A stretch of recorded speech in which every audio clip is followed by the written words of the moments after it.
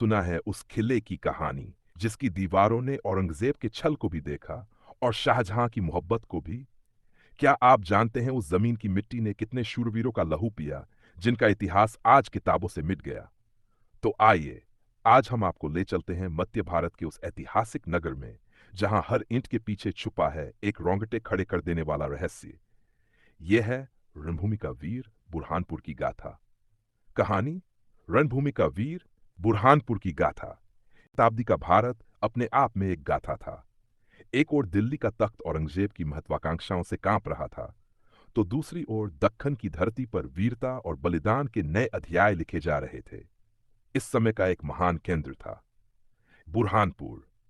मध्य भारत के हृदय में स्थित यह नगर नर्मदा तट पर बसा एक ऐसा स्थान था जहां प्रेम, राजनीति, विश्वासघात और युद्ध की कहानियां हर कोने में बसी हुई थीं। बुरहानपुर केवल एक व्यापारिक केंद्र ही नहीं था, यह मुगल साम्राज्य का दक्षिणी द्वार भी था। इस नगर को एक नया जीवन दिया था सुल्तान फर्रुखशियार के समय में तैनात एक योद्धा वीरनाथ सिंह चौहान ने, जो इतिहास के पन्नों में कहीं खो गया, पर उसकी गाथा आज भी बुजुर्गों की जुबानी सुनने को मिलती है। वीरनाथ कोई साधारण राजपूत योद्धा नहीं था। उसका जन्म एक सामान्य किसान परिवार में हुआ था, लेकिन बचपन से ही उसकी आंखों में कुछ अलग चमक थी। मात्र 8 वर्ष की आयु में उसने लकड़ी की तलवार से 3 हमलावरों को पीछे हटा दिया था जब वे गांव की महिलाओं को लूटने आए थे। उस घटना ने पूरे क्षेत्र में उसका नाम फैला दिया। 14 वर्ष की उम्र में उसने स्थानीय गढ़ी के सेनापति का ध्यान खींचा और उसे प्रशिक्षण के लिए बुलाया गया। 5 वर्ष के कठिन प्रशिक्षण के बाद वह एक प्रौढ़ योद्धा बन चुका था। अब उसका लक्ष्य था बुरहानपुर को मराठा आक्रमणों से सुरक्षित रखना। यह वह समय था जब मराठों का प्रभाव बढ़ रहा था और औरंगजेब स्वयं दक्कन में मोर्चा ले रहा था।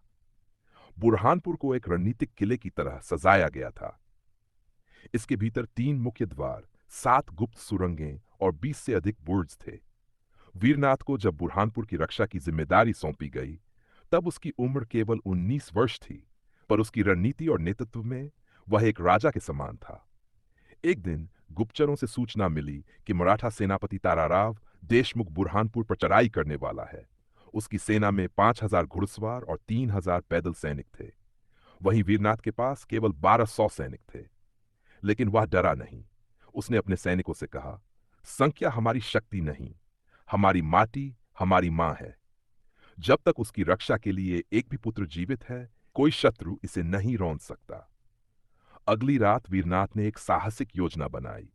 उसने अपने 300 घुड़सवारों को रात में शत्रु शिविर के पीछे से हमला करने भेजा, जबकि स्वयं किले के भीतर से तोपें चलवाकर उन्हें भ्रमित किया। मराठा सेना को लगा कि किला पूरी तरह तैयार है और उनके गुप्तचरों ने झूठी जानकारी दी है। ताराराव ने हड़बड़ी में पीछे हटने का निर्णय लिया, लेकिन इसी दौरान वीरनाथ और उसकी टुकड़ी ने उनका पीछा करते हुए उन्हें जंगल के एक संकरे रास्ते में घेर लिया। 7 घंटे तक लगातार युद्ध हुआ। अंततः मराठा सेना को पीछे हटना पड़ा। इस जीत के बाद वीरनाथ का नाम पूरे मुगल दरबार में फैल गया। शाहजहां, जो उस समय आगरा में था, उसने वीरनाथ को रणशेर की उपाधि दी और बुरहानपुर को उसके अधीनस्थ कर दिया। लेकिन यह शांति ज्यादा दिन टिक न सकी।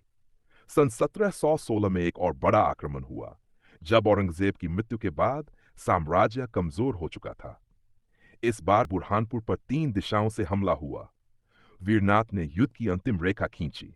वह जानता था कि इस बार शत्रु की संख्या 10,000 से अधिक है, पर उसने लड़ने का निर्णय लिया। यह युद्ध 5 दिन और 5 रात चला। आखिरी रात, जब किले की दीवारें टूट चुकी थीं और भीतर आग फैल चुकी थी, तब वीरनाथ ने अपने बचे हुए साथियों के साथ अंतिम युद्ध लड़ा। वह स्वयं तलवार लेकर आगे बढ़ा और अंतिम सांस तक लड़ता रहा। अंततः वीरनाथ वीरगति को प्राप्त हुआ।